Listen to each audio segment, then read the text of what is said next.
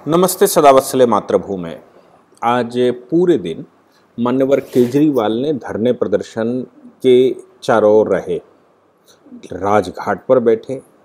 दिल्ली में सरकार के मुख्यमंत्री होते हुए राजघाट पर बैठना, अभी 2 दिन पहले ही वो गुजरात गए थे और गुजरात में ये कह रहे थे कि मनीष सिसोदिया की गिरफ्तारी 1-2 दिन में होने वाली है।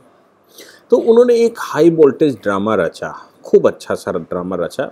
और ड्रामा ये रचा कि भाई अगर गिरफ्तारी होने वाली है तो गिरफ्तारी ईडी करेगी या सीबीआई करेगी, क्योंकि सीबीआई जांच बैठी हुई है उनकी आबकारी नीति पर। अब इन्होंने पहले तो उसको बदला कि भाई वो एजुकेशन मिनिस्टर हैं, वो हेल्थ मिनिस्टर हैं। सवाल यहाँ पर एजुकेशन मिनिस्टर या हेल्थ मिनिस्टर का था ही नहीं।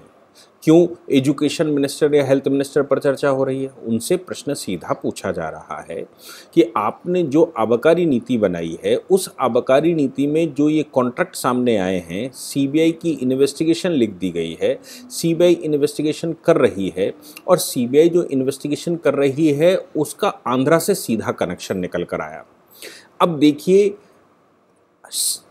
अरविंद केजरीवाल जी ने तो उसको अपने हिसाब से डाइवर्ट करने की कोशिश की, क्योंकि उनको लगा कि वही अकेले फंस रहे हैं। हकीकत यह है कि उसमें फसंतड़ू तो उधर उधर तेलंगाना और आंध्र प्रदेश के लोगों की भी हो रही है, मुख्यमंत्रियों के अपने बेटों की बात हो रही है।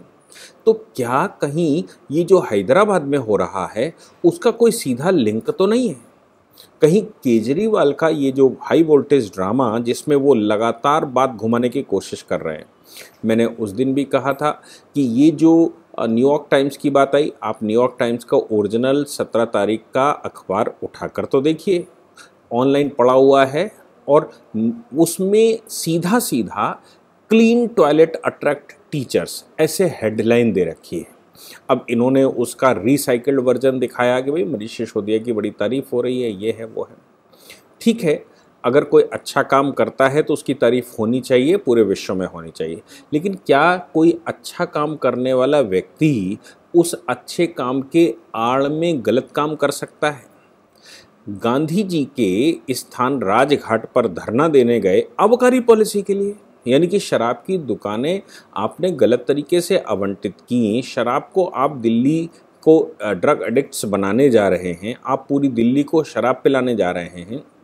इस पर मुझे एक जजमेंट याद आता है, FN बलसारा का, ऑनरेबल सुप्रीम कोर्ट का जजमेंट है। FN बलसारा के मामले में महाराष्ट्र सरकार ने अपने यहाँ शराब नीति पर बैन लगा दिया था और कहा कि हमारे यहाँ ना शराब बेची जा सकती, ना खरीदी जा सकती, ना लाई जा सकती, ना ले जाई जा सकती। FN बलसारा एक ऐसे व्यक्ति थे जो इंपोर्टर थे, विदेशी शराब को इंपोर्ट करते थे। महाराष्ट्र की एक पोर्ट पर उनका माल इंपोर्ट हुआ और महाराष्ट्र के रास्ते से वो बाईपास होकर किसी दूसरे प्रदेश में जा रहा था। महाराष्ट्र की सिस्टम ने उसको पकड़ लिया, वो सुप्रीम कोर्ट आए। सुप्रीम कोर्ट में आकर उन्होंने ये कहा कि भाई केंद्र की सरकार ने हमको इंपोर्ट का लाइसेंस दिया है, राज्य सरकार के पास शराब बेचना बेचने ये सेल्स ऑफ गुड्स सारा राज्य सरकार के पास होता है। तो जहां केंद्र और राज्य के कानूनों में कन्फ्लिक्ट हो, वहां पर केंद्र का कानून लागू होना चाहिए, इसलिए हमारा माल वहां नहीं पकड़ा जाना चाहिए। सुप्रीम कोर्ट ने उस समय पिथ्स एंड सब्सटेंस की दुहाई दी, सार एवं तत्व। ये कहा था कि हमारे संविधान का सार तत्व ये है कि हम अपने देश में कैसे शराब जैसे व्यसनों को समाप्त करें, ये हमारी ओरिजिनल पॉलिसी होनी चाहिए। और चूंकि महाराष्ट्र सरकार अपने यहाँ शराब बंदी करके लाई है, इसलिए केंद्र के द्वारा दिया गया इंपोर्ट का लाइसेंस भी या केंद्र के द्वारा बनाया गया कानून यहाँ पर प्रिवेल नहीं करेगा, यहाँ पर राज्य सरकार का कानून प्रिवेल करेगा। जबकि ओरिजिनली कॉन्स्टिट्यूशन स्वयं ये कहता है कि केंद्र और राज्य के कानूनों में अगर कोई कन्फ्लिक्ट आता है तो केंद्र का कानून उसके ऊपर प्रिवेल करता है, राज्य का कानून पीछे हट जाएगा। लेकिन इस मामले में राज्य के कानून को केंद्र के कानून के ऊपर सुप्रीम कोर्ट ने कहा था कि ये प्रिवेल करेगा। अब हम आ जाते हैं दिल्ली में। दिल्ली में यही बात आती है कि आपकी एजुकेशन पॉलिसी मैं कहता हूँ अच्छी होगी, आपकी हेल्थ मिनिस्ट्री मैं मानता हूँ हेल्थ पॉलिसी आपकी अच्छी होगी, लेकिन क्या कोई अच्छा चेहरा दिखाकर या कोई अच्छा काम करके आपको किसी का मर्डर करने की अनुमति दी जा सकती है? क्या किसी को घर में भोजन करवाकर शराब पिलाने की अनुमति दी जा सकती है?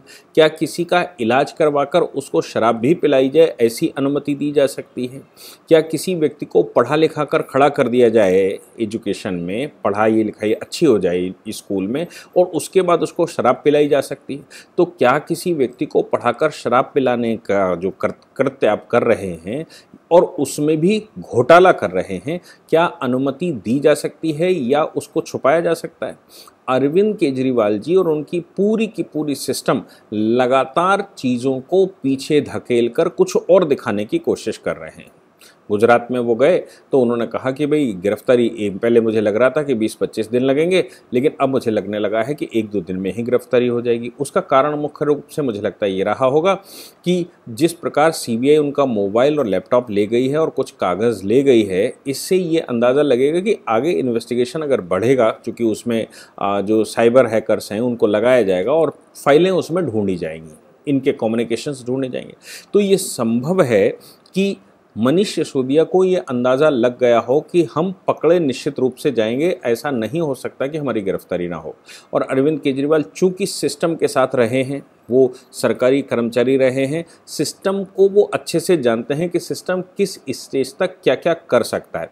इसलिए उन्होंने जब सत्येंद्र जैन की गिरफ्तारी होनी थी तो पहले ही घोषणा कर दी थी, उनके और मंत्रियों की गिरफ्तारी हुई तो उन्होंने पहले ही घोषणा कर दी। सत्येंद्र जैन के विषय में भी वो हेल्थ के मामले में बड़ा अच्छा बोल रहे थे कि भाई अब इसको अस्पतालों में बहुत काम किया उन्होंने। हकीकत यह है कि सत्येंद्र जैन अब ईडी के सवालों पर जवाब देने में सक्षम नहीं है और उन्होंने अब ये एक नई प्ली ले ली है कि साहब हमारा तो दिमाग ख़राब हो गया, कोविड के बाद मेरा मानसिक संतुलन बिगड़ चुका है, इसलिए अब हमारे पास कोई जवाब नहीं। यानी कि जो कानून में एक व्यवस्था है कि किसी भी स्वस्थ चित्त व्यक्ति को ही सज़ा दी जा सकती है और किसी स्वस्थ चित्त व्यक्ति के खिलाफ ही मुकदमा चलाया जा सकता है। जब तक वो स्वस्थ ना हो जाए तब तक उसके खिलाफ ना मुकदमा चलाया जा सकता है और ना ही उसको जेल भेजा जा सकता है। हाँ, उसको पागल खाने भेजा जा सकता है, उसको बेल पर भेजा जा सकता है, उसको कोई कॉन्फिस्केशन सेंटर भेजा जा सकता है, किसी डिटेंशन सेंटर में रोका जा सकता है।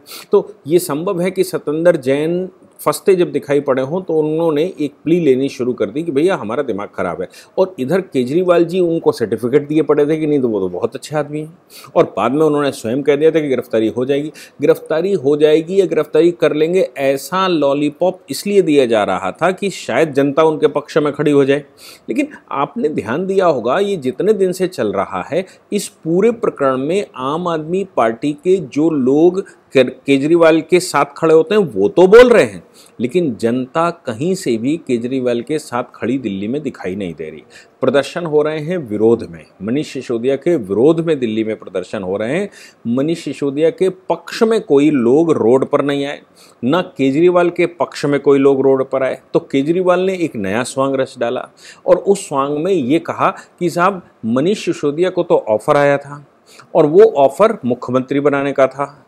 दूसरा, जब वो चला नहीं, 2 दिन उन्होंने ये चलाया, लेकिन जब वो चला नहीं तो फिर उन्होंने सामने से खड़े होकर ये कहना शुरू कर दिया 20-20 करोड़ रुपए में हमारे 40 विधायकों को तोड़ने का प्रयास किया। अब अरविंद केजरीवाल जी लगातार ये कह रहे हैं कि 20-20 करोड़ रुपए में हमारे आदमियों को तोड़ने का प्रयास किया, विधायकों को तोड़ने का प्रयास किया, सरकार बदलने का प्रयास किया। जिस समय मुझे याद है चुनाव में वो कहते थे कि जो आपको रिश्वत दे उसको रिश्वत दीजिए, वोट हम ही को दीजिए, जो आपको कुछ पैसे दे रहा हो उससे पैसे ले लीजिए, प्रलोभन ले लीजिए, लेकिन वोट हम ही को दीजिए। वो लगातार घोषणाएं ये कर रहे थे कि आप बिजली का कनेक्शन अपने हाथ से काट दीजिए। क्या अरविंद केजरीवाल जी अब ये नहीं कह सकते अपने विधायकों से कि जो पैसे प्रलोभन दे रहा हो उससे पैसे ले लीजिए और हमारे साथ जुड़े रहिए? अभी तो उनको घोषणा करके जोर से चौड़े होकर कहना चाहिए था।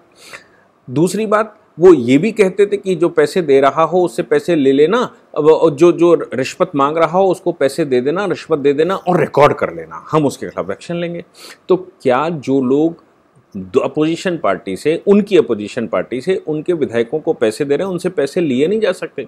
वो उनसे पैसे ले लें और लेने के बाद उनकी रिकॉर्डिंग कर लें। रिकॉर्डिंग करने के बाद आपने देखा होगा शिबू सोरेन के बेटे हेमंत सोरेन के खिलाफ मुकदमा की सदस्यता जा सकती है, क्योंकि वो लाभ के पद पर थे, वो सरकार में भी थे, मुख्यमंत्री होते हुए उन्होंने अपने ही नाम कोयले के आवंटन कर लिए और इस बात की इलेक्शन कमीशन ने रिकमेंडेशन भी शायद कर दी है और राज्यपाल उस पर किसी समय एक्टिव हो सकते हैं। तो आप वहाँ मुख्यमंत्री सीधा चक्कर में आ गया ना कानून के। तो यहाँ पर भी कानूनन रिप्रेजेंटेशन ऑफ पीपल एक्ट के तहत आप उनसे, विधायकों से अपने कहते कि पैसे ले लीजिए और पैसे लेकर रिकॉर्ड कर लीजिए, बाकी हम देख लेंगे, फिर तो आप तो इसमें स्पेशलिस्ट हैं। लेकिन ऐसी कोई बात होती तो फिर आप रिकॉर्ड करते, ऐसी कोई बात होती तो फिर आप उस रास्ते को अपनाते जिस रास्ते के लिए आप लगातार उकसाते रहे हैं लोगों को। हकीकत क्या है कि एक मनगढ़ंत कहानी बनाई गई है ताकि इनकी गिरफ्तारी रोकी जा सके। मनीष सिसोदिया आखिरी ताबूत का कील है, वो भी अगर अंदर चले जाएंगे तो फिर अरविंद केजरीवाल किसके भरोसे ये एम्पायर चलाएंगे। अच्छा, दूसरा उधर क्या है कि मनीष सिसोदिया के अंदर जाने से बहुत सारे दूसरे विधायकों को लाभ होगा। अब ये सुबह सुबह है, ये वो भारद्वाज, उनका जो एक एमएलए है सौरभ भारद्वाज, उसने आकर कहना शुरू कर दिया। सौरभ भारद्वाज ने कहा कि भाई ये लोग हमको संपर्क करने की कोशिश कर रहे हैं और अरविंद केजरीवाल जी ने वीडियो कॉन्फ्रेंसिंग करके सबसे बात करी है, आधे घंटे विधायकों से बात हुई है और विधायकों ने बताया है कि उनको ऑफर दिए गए थे। क्या अरविंद केजरीवाल जी वैसे अपने विधायकों से बात नहीं करते? इस स्पेशल ओकेशन पर ही उन्होंने अपने विधायकों से बात करी, ये प्रश्न खड़ा हो गया यहाँ से। दूसरी बात ये है, क्या वाकई में इनके एमएलए असंतुष्ट हैं और वो असंतुष्टता को पूर्ण दूर करने के लिए अरविंद केजरीवाल ने अपना डिक्टेटरशिप का जो उनका ट्रेंड है उसको साइड में रखते हुए अभी वो विधायकों से बात करने लगे हैं और विधायकों को सेटिस्फाई करने की कोशिश कर रहे हैं?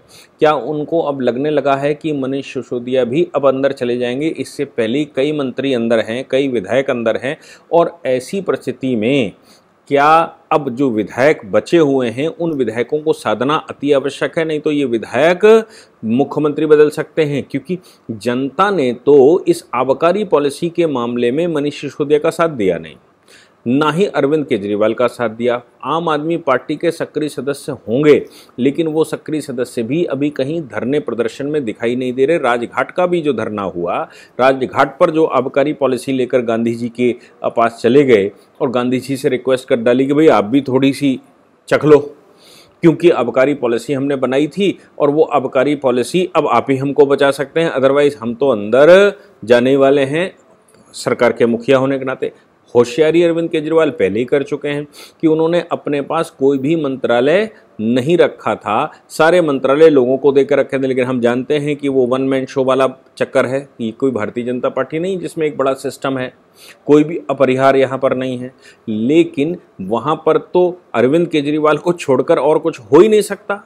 अरविंद केजरीवाल जो भी रिस्पोंडेंट सुपीरियर कहते हैं, जो रिस्पॉन्स आएगा वो अरविंद केजरीवाल जी को ही आएगा। ये बात आपने देखा होगा पंजाब में भी चल रही कि अरविंद केजरीवाल सीधे वहाँ के अधिकारियों की बैठक दिल्ली में लेने लगे हैं और वहाँ पर भी राघव चड्ढा को उन्होंने भेज दिया है। तो ये तो जगजाहिर सी बात है कि Arvind Kejriwal one man show हैं। अब ऐसी परिस्थिति में क्यों नहीं लोग उनका साथ देंगे, क्यों नहीं उनके साथ आ जाते? तो ये संभव है कि विधायकों ने ये सोचा हो या उनके मन में ये चल रहा हो कि अरविंद केजरीवाल अगर हटें तो कम से कम डेमोक्रेटिक प्रोसेस में तो दिल्ली की सरकार आ जाएगी, कम से कम अपनी बात कह तो पाएंगे, हमारी बात कोई सुन तो पाएगा। अभी तो पोजीशन ये है कि वही 2-3 लोग ही सब कुछ हैं और वही जो कुछ करेंगे वो करेंगे, बाकी तो सब कुछ होने वाला नहीं है। अब देखिए, अरविंद केजरीवाल बैठे धरने पर राजघाट पर, खूब सारा उन्होंने ड्रामा किया था, मीडिया भी कवरेज सुबह ठीक मिली। लेकिन इधर टी राजा दोबारा टीवी के सामने आ गए। टी राजा ने दोबारा एक वीडियो जारी कर दिया। हालांकि इस नए वीडियो में कहा उन्होंने ऐसा कुछ नहीं, उन्होंने मुनव्वर फारूकी का वाला मामला कहा कि भाई हमने कई बार पुलिस को कहा था, हमने पुलिस को अल्टीमेटम भी दिया था, 3 महीने पहले भी ये शो होने वाला था, उस शो को हमने मना भी किया था और अभी फिर जब होने वाला था तब हम पुलिस को आग्रह कर रहे थे, पुलिस सुन नहीं रही थी, तब हमने कहा कि हम शो होने नहीं देंगे, हम इसमें विरोध कर देंगे। ऐसा सब कुछ सामने आया था। ये बात उन्होंने 5-6 मिनट में अपनी कही, लेकिन साथ में उन्होंने ये भी कहा था कि जब वो पुलिस ने कल गिरफ्तारी उनकी की थी या परसों उनकी गिरफ्तारी की थी, तो गिरफ्तारी करके जिस समय मैजिस्ट्रेट के सामने ले जाया गया तो जिन धाराओं में गिरफ्तारी हुई थी वो धाराएं 7 साल से कम सजा वाली हैं और 7 साल से कम सजा वाली में Arnesh Kumar versus state of Bihar की रूलिंग के अनुसार कोर्ट ने ये कहा था कि 41 कैपिटल ए का इनको नोटिस देना आवश्यक है। और इनका पहले जवाब ले लीजिए। और सीधी गिरफ्तारी हो नहीं सकती, इसलिए इनको जेल भी नहीं भेजा जा सकता। लेकिन टी राजा को उन्होंने ये साथ में कहा था कि देखिए, आप कोई मीडिया प्रोपोगेशन नहीं करेंगे, मीडिया के सामने कोई बात नहीं कहेंगे और इस विषय पर राजनीति नहीं करेंगे। इसलिए उन्होंने शुरुआत यहाँ से की कि भाई हमने तो ये रिस्क लेकर मैं कह रहा हूँ, लेकिन अपनी बात आजकल के जब जितना प्रोटेस्ट चल रहा है हैदराबाद में और जिस प्रकार से सर तन से जुदा के नारे लग रहे हैं, हमें अपनी बात कहना आवश्यक है, भले ही मैं जेल चला जाऊँ। पुलिस को भी सहारा मिल गया, क्योंकि लगातार जो प्रोटेस्ट चल रहे थे वो यही हो रहा था, टी राजा सिंह की गिरफ्तारी करो। पुलिस को ये वायलेशन मिल गया कोर्ट के ऑर्डर का वायलेशन मिलते ही पुलिस ने उनको गिरफ्तार कर लिया। तो अब पुलिस ने गिरफ्तार किया, उसके बावजूद ओवैसी की पार्टी के लोग सरतन से जुदा होने के लगातार नारे लगा रहे हैं, लॉ एंड ऑर्डर को चैलेंज कर रहे हैं। हालांकि वहां की सरकार ने लगातार गिरफ्तारी करने का प्रयास किया है। रात में 90 लोगों को गिरफ्तार किया था, ओवैसी उनको छोड़ाने भी चले गए, तो उसका ऑडियो भी जारी हो रहा है, हो गया है और मीडिया पर भी चल रहा है। तो ओवैसी लगातार ये सर तन से जुदा होने वाला कार्यक्रम चला रहे हैं और उन्होंने ही टी राजा को, हालांकि टी राजा के स्टेटमेंट में लोगों का कहना है, क्योंकि वो स्टेटमेंट अभी पब्लिक मीडिया में है नहीं, लोगों का कहना है कि उन्होंने प्रॉफिट का नाम बिल्कुल भी नहीं लिया है, एक बार भी प्रॉफिट का नाम नहीं लिया, लेकिन वो indication trend towards the profit बात सबने कही और ये बात ओवैसी ने सामने लाई। अब किसी ने वो बयान, चूंकि सोशल मीडिया से हटा दिया गया, इसलिए किसी ने वो बयान चलाया नहीं, अब वो है नहीं सोशल मीडिया में। लेकिन अब ओवैसी ने जो कहा, ओवैसी के शब्द ही समाज को पता है, इसलिए ओवैसी के शब्दों को फॉलो करते हुए विरोध हो रहा है। और ये नारा तो तहरीक लब्बैक पाकिस्तान ने लगाया था, तहरीक तालिबान पाकिस्तान ने लगाया था, और इस निंदा कानूनों में तहरीक लब्बैक पाकिस्तान सबसे पहले लाया था। उससे पहले इस तरह के नारे कुछ अफगानिस्तान में भी लगाए थे तहरीक तालिबान ने। तो वो नारे भारत में कैसे लगेंगे? भारत एक सेकुलर कंट्री है, भारत संवैधानिक रूप से चलता है, शरिया कानून से नहीं चलता है। तो ये विषय अभी उठ गया। तो केजरीवाल की जो शहादत थी, केजरीवाल ने जो अपना सॉन्ग रचा था, वो सब कुछ कहीं पीछे चला गया। अब क्या केजरीवाल को पीछे करने के लिए बीजेपी की साजिश थी कि टी राजा दोबारा प्रकट हो गए? और वो तो बीजेपी के विधायक हैं। तो क्या भारतीय जनता पार्टी ने मीडिया का दिमाग आकर्षित करने के लिए टी राजा को उकसाया कि आप एक बार आकर, वो स्टेटमेंट कोई नहीं दिया उन्होंने, लेकिन वो जो कोर्ट ने उनको रिलैक्स दिया था और उसमें कहा था कि कोई मीडिया स्टेटमेंट नहीं, देखो वो कोर्ट के उस डायरेक्शन के खिलाफ चला गया और कोर्ट के डायरेक्शन के खिलाफ जाना अपने आप में अपराध है। तो क्या भारतीय जनता पार्टी ने ये सेट किया है? अब ये तो राजनीति के गुण जानकार ही बता सकते हैं कि आखिर इसके सबके पीछे का माजरा क्या था।